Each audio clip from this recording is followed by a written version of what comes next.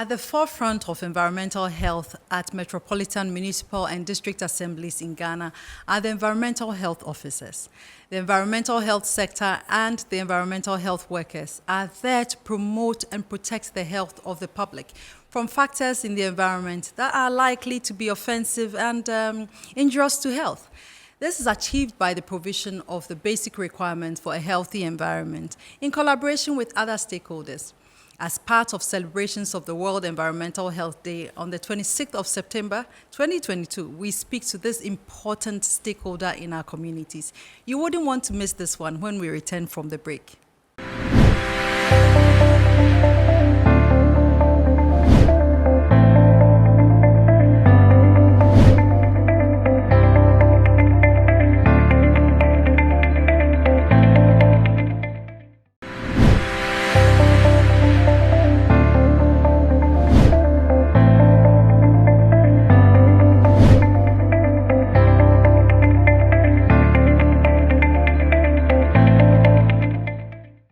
Welcome back from the break. Today with us, we are going to talk about the environmental health officers and, of course, in this case, their involvement with the Accra Metropolitan Assembly and their work nationwide. I have with me Mr. Kotey from the AMA, and he has done a lot of work in the environmental sanitation space. And Mr. Kotey, you're welcome. We also have with us Madame Florence Kuukyi. She's the director of Metropolitan Public Health Department for the AMA. And we have with us Madame Bridget Diapim. She is Ablekuma Central Municipal Assembly.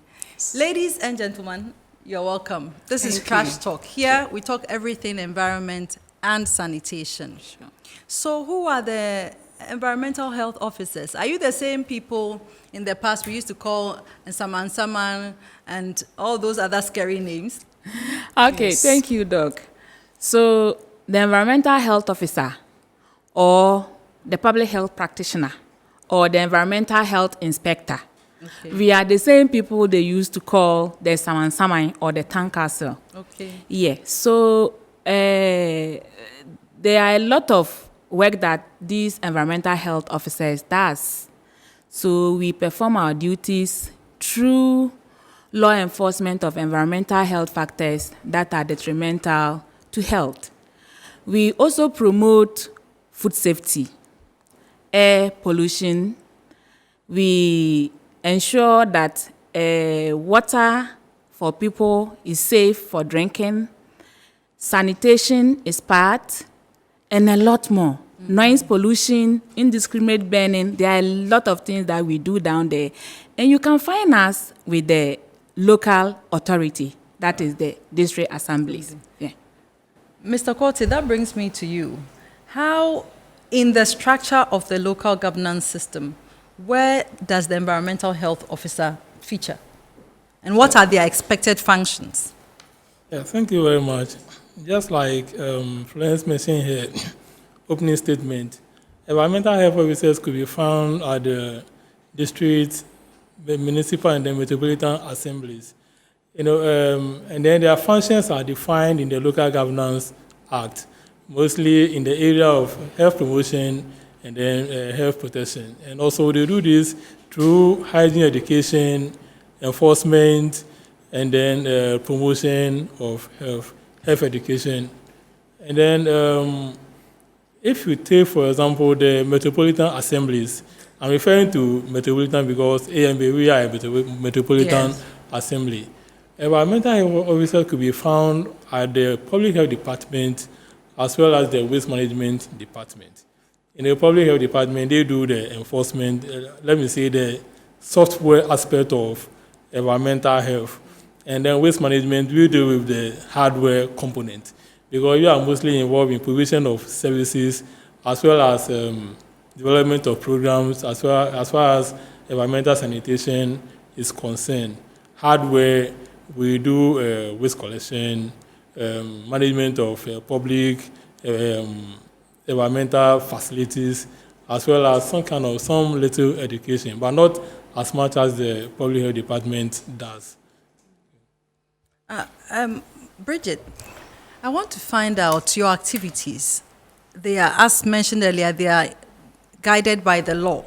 But we don't find you in our homes and our communities as we used to do in the 70s, 80s, and early 90s. What happened?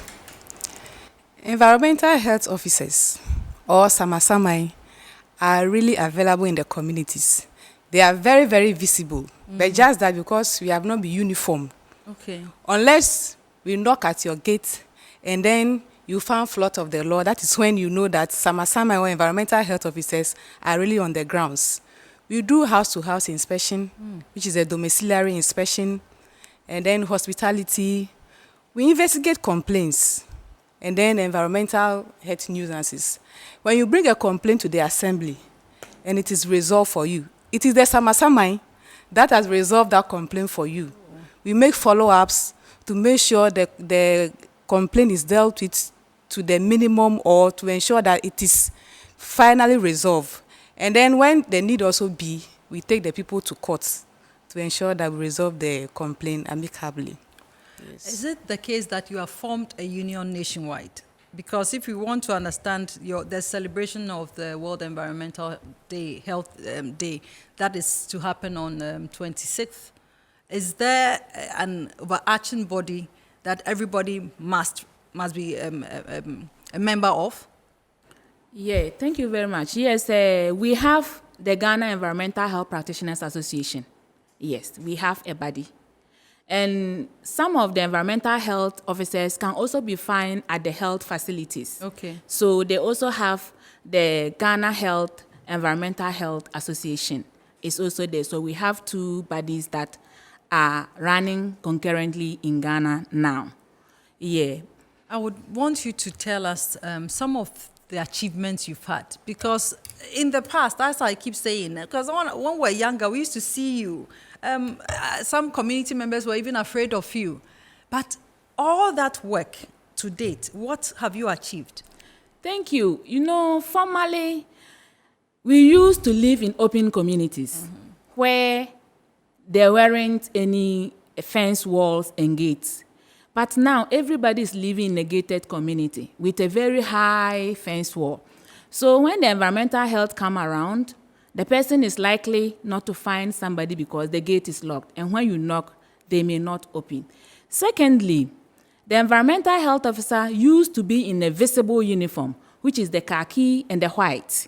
But now, that used to be provided to them by the state. But today's environmental officer, you have to buy your own uniform.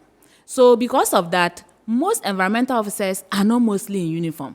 Gone were the days when you see kids, even adults, look into their hairs, you see lice, lice eggs, yes, wherever. But now, through the hygiene, personal hygiene promotion, that thing is the thing of the past. Formerly, when you see people, you see their nails are grown very dirty. But now, personal hygiene, all these things are down. So we've been able to work with the personal hygiene aspect of health promotion. Now, we are dealing with the environmental health. And now when you come to the environmental health aspect, for the past 2 to 3 years now, we've not recorded a single cholera in Ghana. Or let me say Accra for that matter. Okay. And it is through the hard working of the environmental officers who are always on notice in the country. It is our duty. We do this because we tell the people what to do so that they wouldn't be cholera. And they go by it. The environmental officer is a preventive officer, medical practitioner. We are preventive because we do health promotion. And any health promotion officer is a preventive practitioner. When you go to the field and you speak to your people and they go by the education given to them, it will get to a time when you even go to the health facilities, you won't find communicable diseases like malaria, cholera, typhoid, diarrhea, and others. You can only find the non-communicable diseases like hypertension, diabetes, and maybe accident cases. So these are some of the practical things that environmental officers are working relentlessly. And when you go to court, every blessed day, there's an environmental officer at a court with a sanitation accused person. Wow. Sure. So let's have a typical scenario where I'm in my house, you have come, you have no ID, you are not wearing any uniform, and you want to inspect my house. You see? With crime happening now, why should we trust the people coming to our homes as environmental health officers to do their work? Though we are not uniform, we all have our ID cards. Okay. An environmental health officer does not move as a single person. Okay. We either move in pairs, 3 or 4. Okay. So no individual will walk into your house that I'm an environmental health officer, I'm coming to conduct inspection. It's never done. And then to add a little to what my sister Florence has said, we also engage in school health education. Okay. So as the saying goes, catch them young. So we go to schools, educate them on personal hygiene, especially the students who normally use their teeth as the blade or whatever for sharpening their fingernails. We give them education a lot about that for them to know why they must not use their teeth to be cutting their fingernails. And then when you get to the communities, some people normally open their toilets, we call it effluent, into public drains. And you know, the drain flows. And most people, those who do gardening along the shoulders of the road, some use the gutter water or the drain water in watering their vegetables. If you think we are doing something in your small corner at your home, it will end up on your table. So you must always be cautious. But what betides you if an environmental health officer or someone gets you, he will take you straight to court. Okay. Those ones are the direct actions that we take to court. But some when we come to your residence, we educate you first or give you notice and give you some period of time to abate the nuisance or to correct the defect that we have detected. If you fail to do that, that is when we take you to the court. And if you refuse to appear to the court, we apply for bench warrants, and then we'll force you, take you to the courts for you to appear. And if you are not lucky, the least you'll be found is 100 penalty units. And 1 penalty unit is 12 cedis. So the least is the 12 cedis times the 100, which is 1,002. And you can go as far as 150 penalty unit or 250 penalty units. If you are not lucky, you can go 6 months imprisonment or 12 months for sanitation offenses, which is very, very serious. For someone to take your freedom from you for even a day, it's not an easy thing. So you must all abide with the sanitation rules so that we will not be found in the brackets one day. Thank you. Wow. I mean, Mr. Kotey, I mean, when Madam Florence talked about how they are not uniformed, I can imagine also that they don't have other PPEs to protect them on their jobs. Whose responsibility, for instance, the AMA? Is it not your responsibility to provide such things for the environmental health officers to operate? Thank you very much. It is the responsibility of the employing authority to provide every resource that officer requires to perform his or her duties efficiently. So uniform and other resources that are required have to be provided by the employer, which is the local authorities. Okay. That's in the case of AMA. Yes, AMA have to do that. And then the uniforms too, these are prescribed at the national level. And after the prescription, then it's being provided at the local level. But over a period of time, these things have not been happening. So it's not making the environmental health officer very visible. More so when our methodology have also changed from applying brutish force to education and then health promotion. Because previously, you know, when a typical environmental health officer, there are 4 bearers, those who came from the military. Yeah. When they get on your premises with their ladle and then their helmet, you have no excuse when you are found wanting. You have no explanation whatsoever. They will not listen to you. But now it has changed because how many people can you put behind bars in the worst case scenario? So we are doing a lot of hygiene education. In fact, without doing that, it's very difficult for the public to cooperate with you. So yes, all the resources we needed have to be provided by our employers. That is the state and then the local authorities. Madam Florence, I want to come back to you. I know Bridget mentioned that you go to schools to educate the young ones in an effort to catch them young, yes, so that they will have a mindset change about environmental issues, which is very laudable.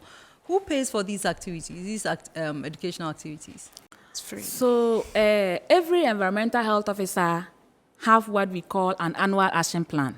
Okay. And in the annual action plan, budget is made. But unfortunately for the environmental health officers, you know, in the local government system or in the operation and structure in the Ghana service system, if you are not a department, you do not have a national budget. You only depend solely on the IGF of the assembly. So in the case that you find yourself in an assembly that IGF is low, you are likely not to achieve your goals. And if you even achieve your goal, it means you are going to fund it by yourself. Some environmental health officers, due to the passion they have for the job, they do the job regardless funding or not funding. And because of that, some of our bosses take some for granted because I think whether you provide or not, they will give results. But that shouldn't be. They will give results, but that results will not be as huge as you would have needed. For instance, she mentioned school education, not just only school education. We do market sanitation. We go to various markets to ensure that where we get our food from, the place is sanitized and hygienic. We go to slaughter facilities to ensure that where animals are being slaughtered, the place is clean and safe for any contamination. We do public places education. Sometimes, even Sundays, we go to church, religious facilities to go and carry out education, depending on what is existing during that time. So the lack of logistics is something that is really dwindling the environmental health officer. And it is so because when you climb the ladder to the national level, the environmental officer is an orphan. Why do I say so? You can only trace the environmental officer to the regional level, and that is where it ends. You go to the local government service, there's nobody there to talk about the needs and the issues of environmental health officers. You go to the ministerial level, there's nobody there to attend in the departmental, ministerial and agency meetings on policy making, because the ministerial level is where they make policies about everything. Then it disseminates down to the MMDAs for implementation. So if you do not have somebody at the national level to come out with issues that are pertaining the sector, you are going to go down and then you will die silently. And that is what is happening now in the country that we find ourselves. Who then, Mr. Kotey, who then should be the ideal advocate for the environmental health officer and his or her operations? Well, the best advocate for every person is the person himself. We have to advocate for what we need to perform our duties efficiently. However, the question is the platform for the advocacy. Does it exist? And then if it exists, to what level or to what extent can you utilize that platform to make an impact? Because we are working at the municipal or metropolitan or the district level. That's where most of the activities are performed. Beyond that, you have the regional level and then the national as well. So at all these levels or layers, there should be a platform where we can channel our concerns and other issues. But if it's not that those platforms are not available or not very effective, then it poses a lot of challenge. Bridget, how, if, I know you are at the MEHO level, and if we had challenges in a particular community, do you have a desk at where you are and for people to come report to you? And after we've reported to you, I would want you to take us through the process. So I'm an aggrieved neighbor of somebody who is continuously burning their trash, and I want to report to somebody. How do I approach you? What do I do? Where will I find your office? Thank you very much. It's so easy and very simple. Environmental health officers are in all MMDAs across the nation.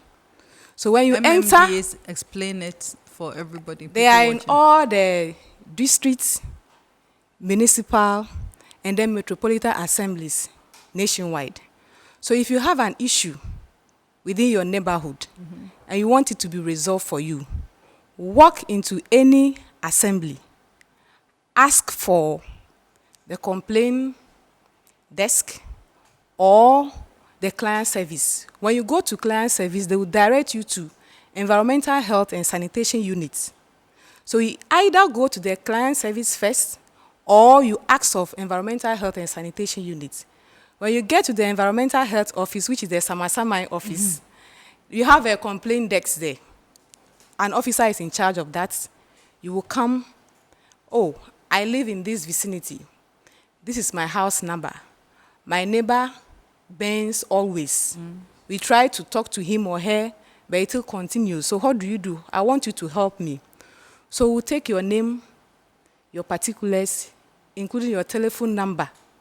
And then the officer working in that area, that community, will go with you to the scene. If it goes and the burning is still going on, we'll do something that we call immediate abatement. Okay. So there and then now, you instruct the one committing the nuisance to put off the fire. That is the immediate one. After putting on the fire, you caution that person, or something that we call verbal notice. Okay. You give the person verbal notice not to burn again, and then for him to register the boiler with the accredited refuse contractor. But when this nuisance continues, then we issue notice, which is a legal document. We issue you notice not to burn again, and then we educate you the consequences of the fumes or the smoke you are producing. Then after giving you the notice, when you continue, that is when we serve you with the legal summons to take you to court. And when you go to court, you will either be fined or fine and imprisonment. You may face both charges. So that is how the procedure works. But when it becomes a contesting case, Well, contesting case means what? Maybe when I take the offender to the courts, he might plead not guilty. Okay. So it becomes contesting. So in some cases, the complainant should also bear with us and be ready to testify in court. So that is the procedure. In a situation, Madam Florence, in a situation where we have so many slums that have developed, and so these are not permanent structures, you still are going to be able to issue all these notices and follow up and all of that. Do you do that only for structured, well-planned communities, or everybody is part of this plan? Everybody is part of this thing because the environmental officer doesn't just work in only well-developed areas. We work everywhere. It's only the environmental officer who will go down to the ground to meet our clients. Our clients don't come to meet us. We look for our clients. Your clients here being the community. The community, yes. The community. We go to the community to meet our clients in the community and talk with them. No matter where you are, an environmental officer will come to you. Since it is a living settlement, an environmental officer will definitely be there. When she was speaking, she talked about the telephone number and then your house number or the location. So when we come around and a notice is given to you, we know where the area is. Mostly, some will bring a complaint and will want to go with you. But the issue is we don't want neighborhood quarrel. So when you bring your complaint, your privacy is being sealed. Nobody knows who brought the complaint. You just come and give us the complaint and go your way. We go there to do our normal duty. Then we handle the case. So that is what we do. Just as I said, you can be on a complaint for not less than 3 months. Yes. So the complainant may think the officer is not working, but the officer is working. You go there, you give a verbal notice. The person refused to abide by it. You give an abatement notice. The person refused to abide by it. You give a court summons. The person refused to come to court. You have to go and apply for a bench warrant. And getting a bench warrant, because the environmental officer is not in uniform, you have to go for a police officer to accompany you for the arrest. You send the person to court. Court convict the person. maybe the person is not able to pay, or the person have paid and yet still, due to the nature of the nuisance or the offense, the person is still convicted to court. The environmental officer, you have to carry this person to court. And that time, by your own pocket, you do all these things without any support from anywhere. Wow. Yes, the environmental officer does all these things.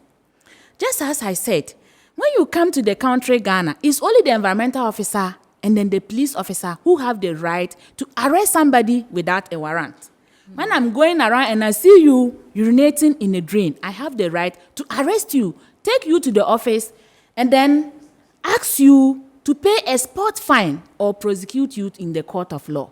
Madam Florence, wow. I mean, so if we have environmental health officers and you have this kind of mandate, why are we living in filth? People just dropping things everywhere. Where have you been?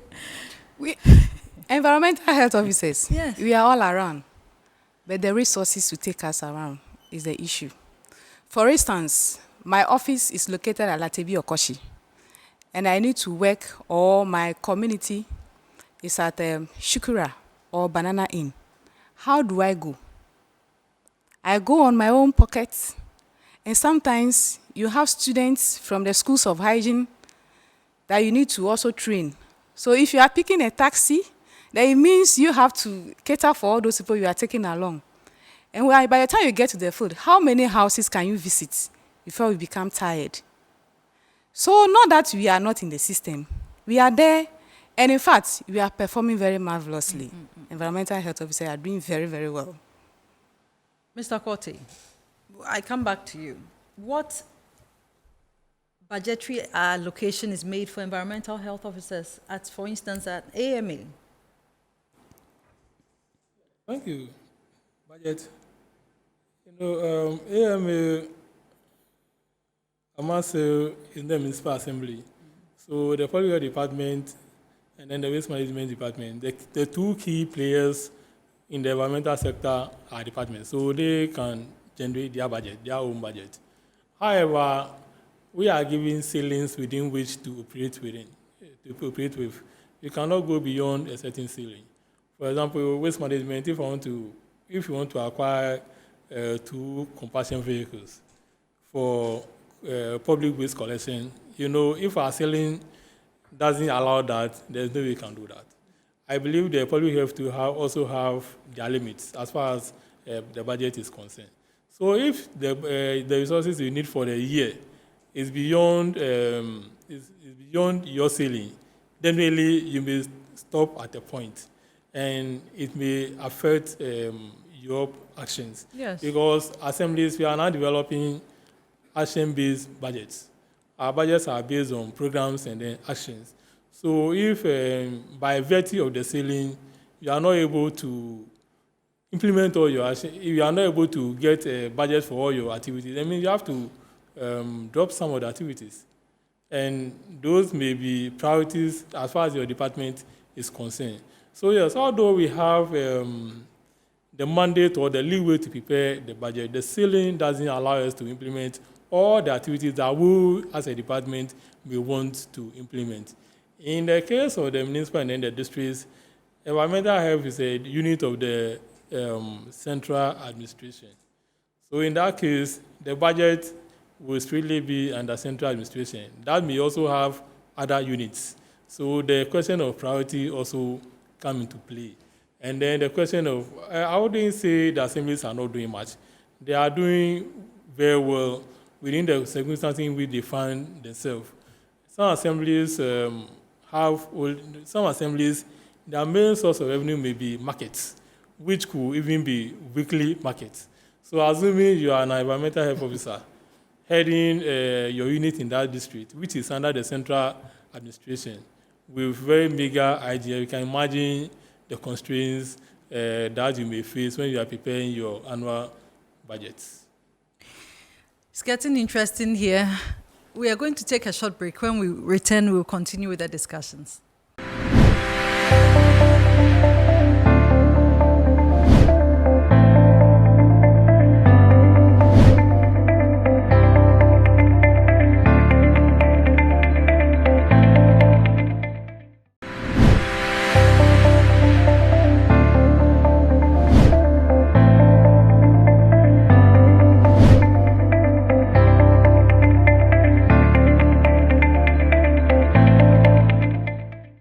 Welcome back to Trash Talk. Today on Trash Talk, we've been talking about environmental health officers and their activities. Very educative program today. We are learning about the work of Nsaman and the achievements, all that they've been able to do so far in our communities. All too soon, our program is coming to an end. And so I would want us to take our closing remarks. I'll start off with Madam Bridget. You see, environmental health officers have done a lot, which we all need to appreciate their efforts. One, those days you see people selling exposed food that have been exposed to flies, dust, and what have you. But now, due to our constant education and enforcement, most people put their food in sieves, at least just to protect it from dust and flies, which is a remarkable improvement. So health promotion is everyone's duty. We all need to play our parts to ensure that we enjoy healthy life. Thank you. Thank you. Mr. Kotey will take the second. Mr. Kotey, AMA and environmental health officers. Thank you. Looking at the numbers now, we still have, for the past several decades, over 5 decades, we still have 3 training institutions that trains environmental health officers. And the intake has been the same. So I can say that the number of environmental health officers who are trained on an annual basis does not correspond to a population increase. That affects visibility. So here we need a collaboration of the general public in helping us achieve, in helping us rendering efficient services to the public. We need information from the general public because we cannot be everywhere at the same time. Without information or without tips, it is very difficult to find out some of the environmental infractions in the various communities. And then we wouldn't want our informants to go about bragging that I reported you to the assembly. They will be on you very soon. We need that collaboration, but it should be very discreet. Thank you. Thank you. Madam Florence will have the last word, and I'm sure you will talk about your World Environmental Health Day. Sure. Yes. So to add up to the achievement of the environmental health officers, you can see gone were the days when public toilets were so horrible. Public toilets were like open defecation. But now, everybody is getting a household toilet. There is an increase to about 50% increase of household toilet when you go to every community. So environmental officers, we are really doing well. We need to be acknowledged by the system that we are there. Though we are neglected, we are fighting a good fight. That is why the Federation of Environmental Health Council decided to come in with this World Environmental Health Day, that every year, every country should acknowledge the environmental health practitioners that are there, because they are the backbone of the country development. Without environmental health, the country cannot see a good development. So they need to be acknowledged. And looking at this year's theme for the World Environmental Health Day, it says what? Strengthen the environmental health system for the implementation of the Sustainable Development Goals. That shows that environmental health officers really have to play a very key role in achieving the Sustainable Development Goals come 2030. So when they are neglected, it means any country that neglects their environmental officers are likely not to achieve the Sustainable Development Goals come to 2030. Thank you. Thank you very much. Today we've had Mr. Kotey, Madam Florence, and Madam Bridget on the Trash Talk program. Today we talked about environmental health officers, their roles in our communities, the challenges they faced, and a special day they are celebrating on 26th of September, World Environmental Health Day. And we congratulate you on all the things, the amazing things you've done in our communities. On Trash Talk, you will have to meet us again. We have a surprise for you for our next program. Thank you for watching.